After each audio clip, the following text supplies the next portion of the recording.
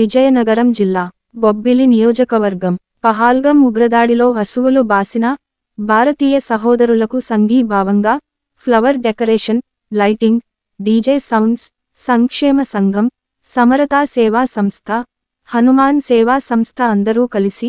Brindavanam function hall నుండి ఎన్టీఆర్ బొమ్మ మరియు కోట చుట్టూ మౌన ప్రదర్శన చేశారు. ఈ కార్యక్రమంలో ఏన్నా బాబు, దిబ్బ లోకేష్, పతివాడ కృష్ణ, వల్లూరి శ్రీను, కర్రి రామమూర్తి, సూర్యారావు, పూర్ణ, హేమంత్ కుమార్, ప్రసాద్, బంగారి చిన్ని కృష్ణ, కొనపల వెంకటరమణ, బోటు రవి, పొట్టేలు రవి, హనుమాన్ సేవా సంస్థ, ధూపం వాసు, సమరత సేవా సంస్థ, కృష్ణదాస్ మాస్టర్, గ్రీన్ బెల్ట్ సంస్థలు పాల్గొన్నారు. భారతీయులు ముఖ్యంగా మనకి దగ్గరగా ఉన్నటువంటి వైజాగ్ వాస్తవ్యులు అలాగే నెల్లూరు వాస్తవ్యులు చనిపోయినారు. వాళ్ళకి వారి యొక్క ఆత్మకి సద్గతులు కలగాలని ఈరోజు అందరం కూడా మౌనం పాటిస్తూ బొబ్బిలి పట్టణ వీధుల్లో కాకుండా ఉండాలి అని చెప్పేసి ప్రభుత్వం వారిని కూడా మనం విజ్ఞప్తి చేస్తున్నాము. కేంద్ర ప్రభుత్వం వారు దయచేసి ఈ విషయంలో కొంచెం గట్టిగా జోక్యం చేసుకొని ఇలాంటి విషయాలు మళ్ళీ పునరావృతం కాకుండా ఉండాలని కోరుకుంటూ, అలాగే మరణించిన వారి యొక్క ఆత్మశాంతి కోసం, వారి యొక్క ఆత్మకు సద్గతులు కలగడం కోసం చేసినటువంటి ఈ యొక్క నిరసన మౌన దీక్షతో నిరసన ర్యాలీని మనం చేశాము, ముగించుకున్నాము. ఈ యొక్క ర్యాలీలో ముఖ్యంగా ఈ ర్యాలీ ఏర్పాటు చేయడానికి ఉన్నటువంటి ఫ్లవర్ డెకరేషన్, డీజే సౌండ్స్ మరియు సామ్యానాలు, లైటింగ్ వాళ్ళు, అయ్యప్ప సేవా సంఘం, సమరస సేవా ఫౌండేషన్, హనుమాన్ దీక్ష, హనుమాన్ సేవా సమితి, ఇలా అందరూ కూడా ధార్మిక సంస్థలన్నీ కలుపుకొని ఈ యొక్క కార్యక్రమంలో పాల్గొని ఈ యొక్క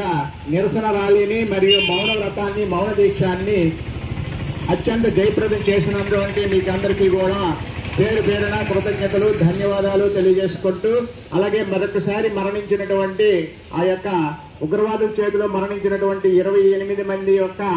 ఆత్మశాంతి కలగాలని కోరుకుంటూ ఇంతటితో ఈ రోజు ఈ యొక్క కార్యక్రమాన్ని ముగించడమైంది. మళ్ళీ ఎప్పుడు ఎవరు ఏది చేసినా సరే అన్ని ధార్మిక సంస్థలు కూడా పాల్గొని ఇటువంటి నిరసనని మళ్ళీ తెలియజేస్తూ మన తాలూకా బాధని వెళ్ళగొక్కుతూ